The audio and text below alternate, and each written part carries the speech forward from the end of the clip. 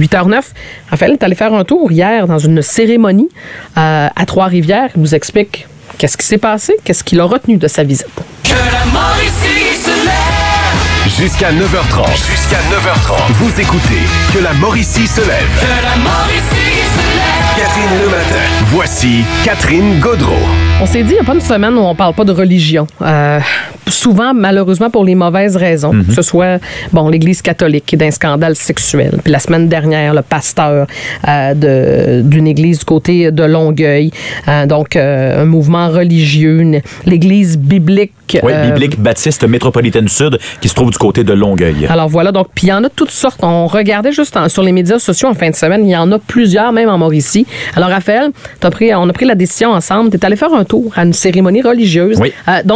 Parle-nous de cette église-là. Exact, c'est l'église baptiste évangélique de Trois-Rivières. Catherine, c'est situé au 8305 boulevard des Forges à Trois-Rivières. Il y avait une messe qu'on appelle l'école du dimanche. Ça se tenait donc dimanche dernier, donc hier à 9h30. Je suis sorti de la messe aux alentours de 11h30 et à mon arrivée, j'ai été étonné parce que le stationnement était plein. Ah oui? Alors déjà, je suis arrivé, toutes les places de stationnement étaient comblées. Il y avait foule et quand je suis rentré à l'intérieur, les gens échangeaient, ça se parlait et tout et j'ai commencé par observer les lieux. Alors évidemment, église normale. Alors il y avait un vestiaire, il y avait même une salle d'allaitement qui avait été mise en place, un petit comptoir pour du café et des biscuits, plusieurs dépliants d'informations qui étaient disponibles sur les murs et une espèce de boutique souvenir qui était également là. Il y a le pasteur Jocelyn Aubu, c'est lui qui m'a accueilli en premier parce que il y avait monsieur Benoît Lavergne, pasteur Benoît Lavergne qui lui donnait la cérémonie, mais tous les autres pasteurs étaient là et j'ai trouvé que ça semblait un petit peu à du recrutement. Alors quand on voyait un nouveau visage, on venait vers ces personnes-là. Un nouveau visage. Moi, j'étais un nouveau visage. Alors j'étais quelqu'un vers qui on souhaitait aller. Alors tout de suite, on m'a demandé mon nom.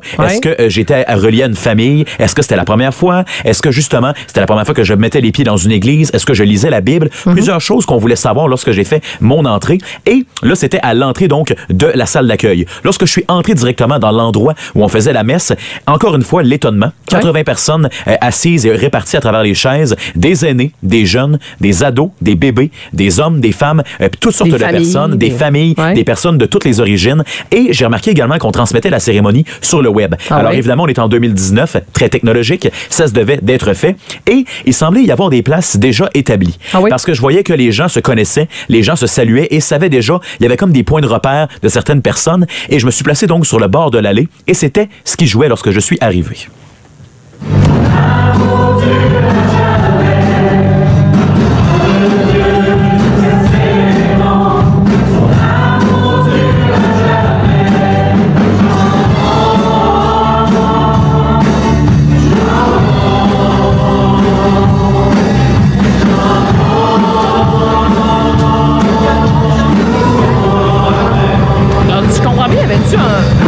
Live? Catherine, il y avait un band live. Alors, encore une fois, l'étonnement, je me suis dit, mon Dieu, transmission sur le web, les gens sont là, participent, sont debout, chantent et connaissaient les paroles extrêmement bien. Et justement, le band qui était là, il y avait un monsieur, une dame et également deux jeunes qui étaient avec eux, donc batterie, tout le kit qu'un band doit avoir. Et là, par la suite, une fois que ça a été fait, il y a le pasteur Benoît Lavergne qui est arrivé pour faire l'espèce de prière de l'école du dimanche. Et là, on débutait la semaine de relâche. Et là, effectué un message qui était adressé directement aux enfants. Et encore une fois, l'étonnement. Je ne pensais pas que dans l'Église, on s'adressait directement aux enfants et même aux jeunes enfants. Je te laisse écouter ce que le pasteur Benoît Lavergne disait.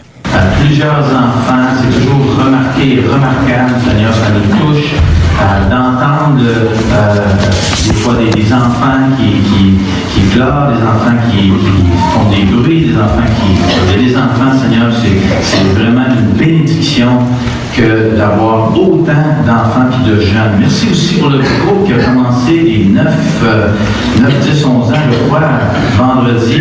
Puis ça a été une belle lancée, une belle inauguration. Seigneur, c'est tellement important. Leur cœur est réceptif, leur cœur est tendre, leur cœur est ouvert. Permets, Seigneur, qu'ils puissent entendre le message de ton amour, le message pour lequel tu es venu, Jésus. Tu es venu pour... Alors, Raphaël, visiblement, puis on entend même des bébés, il y avait des très jeunes enfants qui étaient sur place. Par la suite, comment ça se déroule? Ben, en fait, comment ça se déroule, c'est que là, une fois que ça a été fait, il y a une pause. Alors, lors de la pause, moi, je me suis dit, je vais aller regarder un petit peu comment ça se passe. J'ai été donc chercher un café et des biscuits. Je me suis dit quand même, on va en profiter. Et là, il y a une dame qui m'a dit, vous êtes nouveau? Alors, j'ai dit oui, tout à fait. Alors, on m'a dit, je vais vous remettre des cadeaux de bienvenue. Alors là, on m'a remis un stylo et on m'a également remis un DVD qui s'appelle God of Wonders. Un CD. Alors, CD, DVD. CD, DVD, Voilà, okay. exactement. Et ce qu'on me dit à l'intérieur de ça, c'est que je peux apprendre donc comment la création a été faite, être en pleine conscience et la gloire de Dieu. C'est ce qu'on me disait. Alors là, j'ai continué à faire le tour. J'ai également récolté donc, certains pamphlets. T'étais super accueilli, par exemple. Certainement. Les gens gentils, polis. Accueil numéro 1, Catherine, okay. J'ai été extrêmement bien accueilli et j'ai récolté donc certains pamphlets concernant donc les groupes vie qui sont présents donc dans l'Église, certaines locations de salles. J'ai également trouvé des dépliants sur les témoins de Jéhovah. Alors pourquoi je ne suis pas témoin de Jéhovah? Et un autre dépliant qui s'appelait Faut-il faire confiance aux témoins de Jéhovah? 2 dépliants comme ça. Un autre dépliant par rapport donc aux jeunes. Et c'est un dépliant qui s'adressait particulièrement à ceux-ci. On disait pourquoi je lirais ça et on démontrait donc un jeune, un peu comme moi, avec une tuque, un chandail et on posait certaines questions par rapport à l'importance de Jésus et de Dieu chez les jeunes. C'est drôle parce que tu parlais des témoins de Jéhovah et l'un des dépliants que tu as rapporté, oui. Tu disais, faut-il faire confiance aux témoins de Jéhovah? Mm-hmm. Ils disent non et voilà nos raisons. Oui, alors, tout à fait. Ça m'a un peu surpris. Donc, évidemment, tu n'es pas allé chez les témoins de Jéhovah, mais vraiment, puis il y a des raisons, puis ils parlent des témoins de Jéhovah et le sang, puis des témoins de Jéhovah et la vaccination, des témoins de Jéhovah versus la Bible. Exactement. Alors, visiblement, ne semble pas apprécier ce que les témoins de Jéhovah prônent comme façon de faire. Pas tellement. Et durant la pause, avant que je retourne dans la salle, on m'a fait même une proposition, Catherine. Il y avait le pasteur Yvan Gaudreau qui était présent.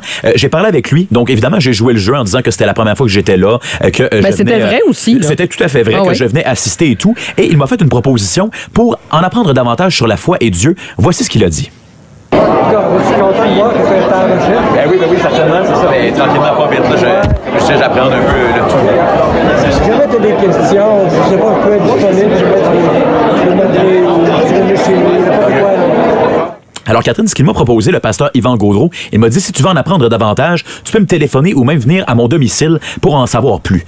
Et je dois dire que c'est une offre qui m'a étonné parce que je ne savais pas que les pasteurs faisaient donc en fait, nous enseignaient la foi directement à leur domicile ou par téléphone. J'ai été un peu surpris d'apprendre ça. Je pensais que ça se passait à l'église, dans le contexte. Donc, il y a des rencontres qui se font, qui peuvent se faire de façon personnelle. Exactement. Chez des particuliers, j'ai trouvé ça assez spécial. Bref, tout ça pour dire que je rentre dans la salle et là, on s'est mis justement à parler des sujets importants. Donc, là, tu reviens après la pause. Je reviens après la pause. Okay. Et là, justement, c'est la deuxième partie de la cérémonie. On commence à parler donc du cœur de l'Évangile et de la centralité de l'Évangile. Et le pasteur Benoît Lavergne a été assez intense dans ses propos. Il parlait de l'Évangile comme un être envahissant et envahisseur. Voici ce qu'il disait.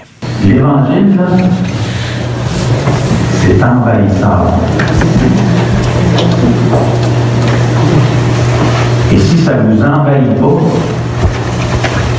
il y a un problème. Il ne devrait pas avoir d'endroit dans nos vies. Il ne devrait pas avoir de compartiment dans nos maisons. Il ne devrait pas avoir d'activité. Il ne devrait pas avoir de lieu, de pensée, d'attitude, de façon d'être, de façon de faire, de façon de prendre des vacances. Alors, qu'est-ce qu'il voulait dire exactement? En fait, ce qu'il expliquait, Catherine, c'est que l'Évangile était au cœur de nous-mêmes, donc au centre de tout ça. Et il disait, si l'Évangile ne vous envahit pas, s'il ne prend pas toute la place, s'il n'occupe pas tout dans votre vie, vous ne croyez pas vraiment en Dieu et vous ne croyez pas vraiment en la religion et en l'Évangile. Et il était assez intense dans son discours, a même monté la voix. Et j'ai été, encore une fois, impressionné parce que je me suis dit, mon Dieu, c'était assez intense comme discours. Et il a terminé en parlant de l'œuvre de Dieu à travers l'Évangile et nous expliquait donc que Dieu, il avait créé quelque chose en nous et que Dieu voulait prendre le contrôle, qu'il devait en fait dominer notre être. Je t'invite donc à écouter ses propos. Parce que Dieu, il ne vous laissera pas aller de vous-même. Hein? Dieu, il est comme ça. Là. Son œuvre dans nos vies, il va la continuer, il va la rendre jusqu'à la perfection. Dieu, il est après nous. Et ça, c'est l'Évangile. Dieu, il a commencé une œuvre en nous. Ça, c'est l'Évangile. Et quand il a commencé cette œuvre-là en nous, à cause du cœur de l'Évangile, on a reçu par la foi Jésus comme sauveur personnel, mais à partir de là, on a entré dans un cheminement avec lui. Et là, l'Évangile devient... Je suis curieuse parce que, tu sais, j'écoute ça parce que de ce qu'on constate, c'est l'Église Baptiste évangélique. Voilà. Il y a beaucoup de rapprochements avec l'Église catholique parce que, bon, c'est la Bible. Ils croient en la Bible, en Jésus.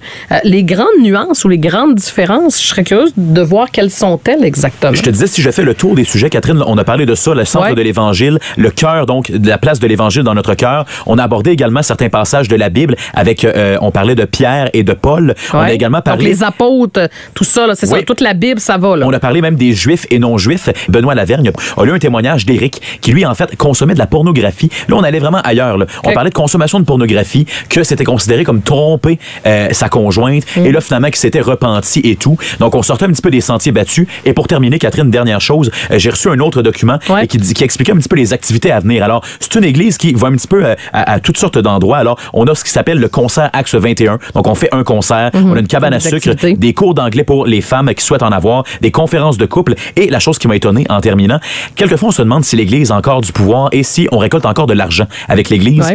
Il y a un bilan des offrandes du 1er janvier au 24 février 2019 qui a été établi pour l'église baptiste évangélique. Les offrandes budgétées étaient de 37 000 jusqu'au 24 février. Ils ont reçu 32 000 du 1er janvier au 24 février. C'est de l'argent. Oui, ben puis ça, c'est à peu près partout pareil, là. Moi, je suis allée à un service anniversaire récemment, puis les offrandes durant la messe, ça continue. Je sais pas. Mettons, je sais pas pour une célébration combien ils peuvent amasser. Puis là, je parle dans une église, là, je parle de chrétiens, catholiques, c'est la même chose. Alors, oui, il y a beaucoup d'argent. Oui. Sous-estimez jamais ça. C'est intéressant. On va essayer de faire. Alors, c'est le portrait un petit peu de l'église en 2019. Ben, de cette église-là, qu'on connaît peut-être moins à Trois-Rivières. Je ne sais pas si ces gens-là accepteraient de nous parler en ondes. On pourra poser la question. Il y a quelque chose de fascinant là-dedans. Parce que tu le disais, il y avait des familles, des jeunes, des moins jeunes. Oui, toutes sortes de monde. Et si je peux me permettre un dernier commentaire, le pasteur Benoît Lavergne, là, quelquefois on dit qu'on essaie de convaincre les gens. Là, j'étais emporté par son discours. Je suis sorti et je le trouvais captivant et il avait l'habilité de la parole. Ben voilà. C'est souvent d'excellents communicateurs d'ailleurs. 8h21.